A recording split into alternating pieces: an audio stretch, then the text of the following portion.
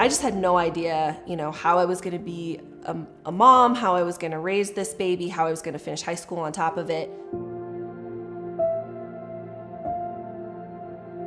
My first thought was, man, my parents are gonna be so mad. I was really close with my mom growing up, of course close with my dad, but my mom and I have been like best friends, and I was terrified to tell them. After the initial shock of, what do you mean you're pregnant? You're 16, you're a junior in high school.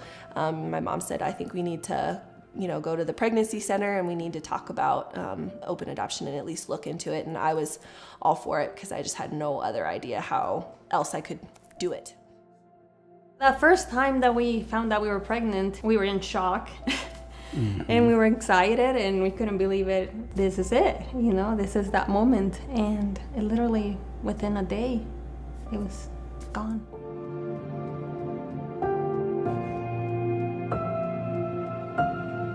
We went to doctors, more specialized doctors, to kind of talk to us and figure out what was going on. And there was no answers.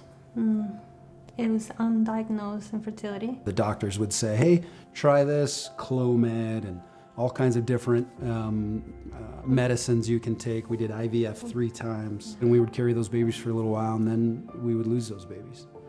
And each time, it was harder than the last. But I remember feeling like now it's time for us to turn the page. We looked at each other, and I said, I think it's time for us to start thinking about adoption. I remember being in the hospital with my parents and my sisters and the adoptive family and their son, and the adoptive father, Mike. He prayed for all of us. I just remember holding her in my arms and hugging her so tight, and I told her, whispered, I love you, as I was crying, and then I handed her over to her mom.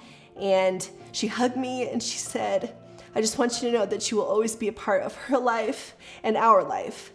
And I knew that she wasn't just, telling me a story. I knew we would always be together. I felt long at the time because I just wanted a child so bad. So going through that process was a little difficult. It was great meeting, Rachel was our caseworker at that time, and she was just sweet. And I remember when Rachel put Evan in my arms, I cried, and I just felt like it was this love that I was even surprised by it, that I just felt so connected with him, and I just felt like I love you.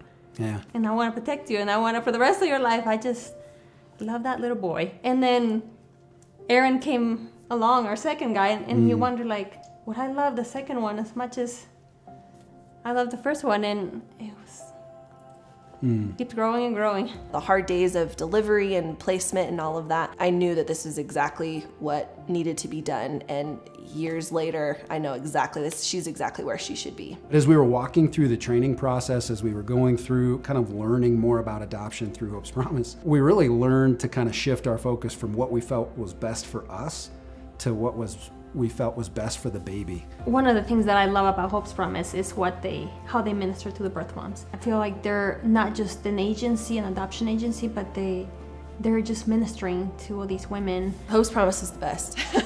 Without them, I wouldn't have this story, and I don't think I would have seen the healing. I don't think I would have seen the success in my life that I have and the support from them that I have. Without them, I wouldn't be me. What adoption's done for us is made us into a full family. We have 3 beautiful little boys, and the idea, that reinforcement that God is building our family this way, really just filled us with so much peace and joy.